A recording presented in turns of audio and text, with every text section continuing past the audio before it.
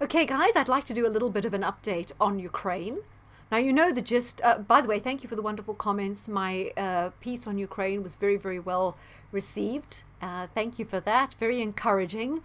And I will always share with you things as they come to light. In terms of my astrological prediction, I was kind of suggesting there may be a lull of activity now, simply because the planets being activated in the first decans of Aquarius, and I think it was Scorpio, won't be activated now by Saturn and Aquarius and Uranus, because those are moving back into the second decan of Aquarius and Taurus, respectively. Sorry, it's so easy to get confused with those two planets. But I did say we would see an uptick when it got to October. I also mentioned that weather conditions aren't really that great for continuing conflict. So, as a nod to that prediction, I did hear George Galloway on his Sunday show saying he believed that some sort of ceasefire would be negotiated and that new peace talks would be successful. I believe that the peace will not be long lasting, but he suggested that might happen by the end of this week. So it'll be interesting to see, because that will be in line with my prediction. Then I'm just showing this map because here is Ukraine, and I do believe that I think that guy, I've forgotten his name now, I haven't watched him for ages because he got a little bit off track. Steve, someone anyway, was some American guy. He was saying that Russia do control, they already control Crimea. Sorry, I should actually put it there so you can see. They already control Crimea. They're controlling the southern half of Ukraine, which is very important for access to this warm water seaport.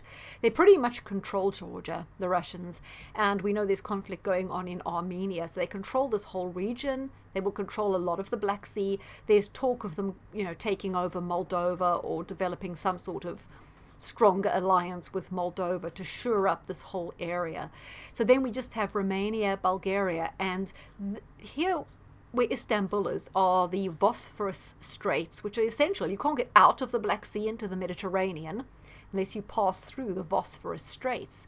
So remember I said in my prediction Greece is going to be come into focus this year. So when I say this year, it means the rest of this year and the beginning of next year. Greece will come into focus.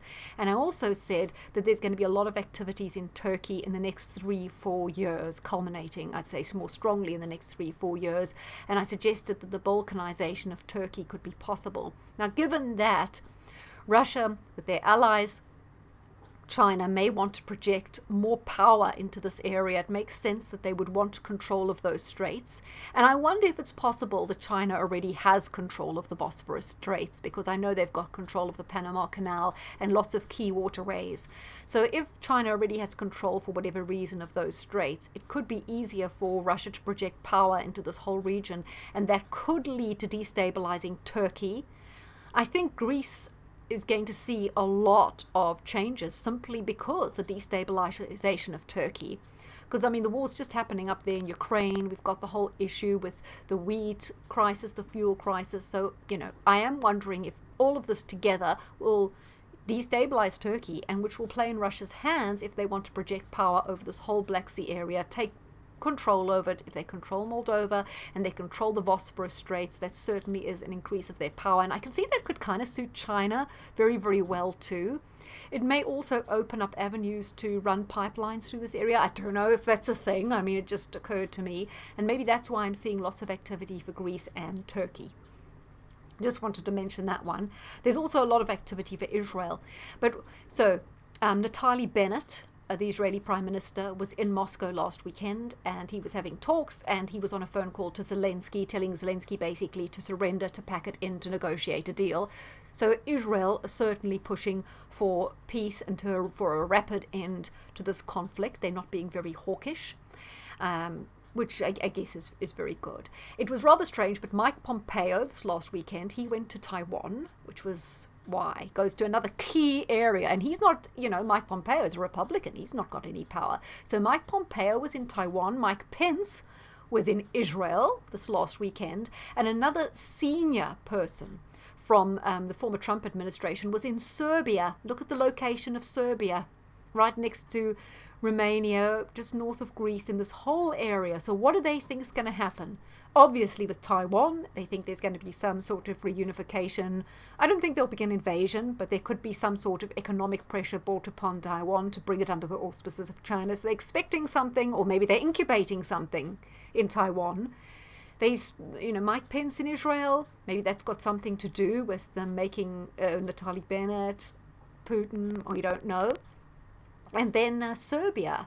Why is Serbia suddenly very important? By the way, I'm going to do a vlog on Serbia because I've had, a few comments about Serbia and how the NATO was very successful in that particular, or very useful in that particular scenario. So I just wanted to just consider everything that's going on here in light of my predictions and recent events, and just, to keep you guys in the picture on a couple of interesting developments. So yes, Serbia, Israel, Taiwan, key areas.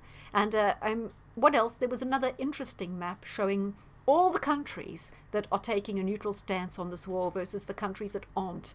The countries that aren't are Canada, Australia, as if they should be, having any criticism about Putin after what we've been doing. But anyway, America, obviously, and most of the EU, Britain.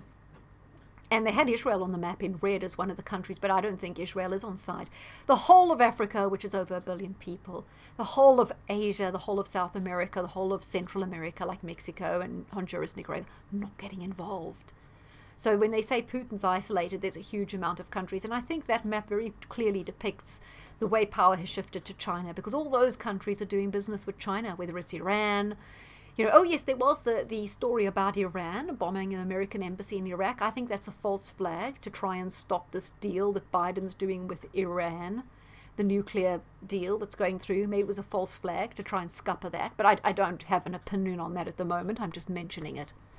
But yes, I mean, the power is moving east because of all the commodities, the money, and I know the West and the papers like to talk it up. Putin's losing every day. He's doing badly. He's taking losses. Yeah, because, they did such a good job in Syria, They really kicked butt there. And they won Vietnam. No, they didn't. And they did a wonderful job in Afghanistan where the Taliban booted them up. So, I think these sort of ground wars are very, very messy. And, I don't know. Some people will say Putin hasn't been bombing as much as he could. As I say, I don't know. I think it's very difficult to say. But I do think the bombastic, jingoistic tone coming out our press and the American press are not in line with how events are. Yes, they are tragic. They are necessary. I think they should have been pushing very, very hard for peace and for Zelensky and Putin to get to the negotiating table. I really think that this war's being stoked by pumping up Zelensky as the sort of false hero.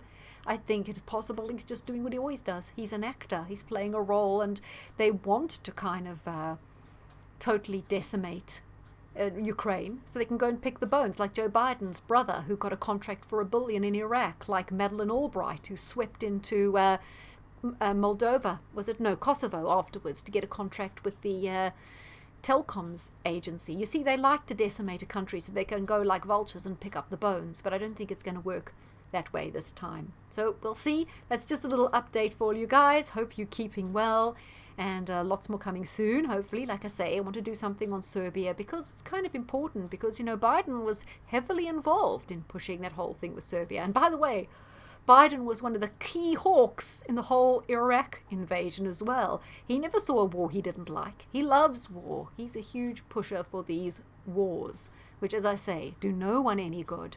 And I don't think there has been a case of a defensive war that we needed to get involved in. It's usually wars about regime change. And this is one, a war about regime change, because it follows on as a natural next step from what happened in 2014, which was regime change.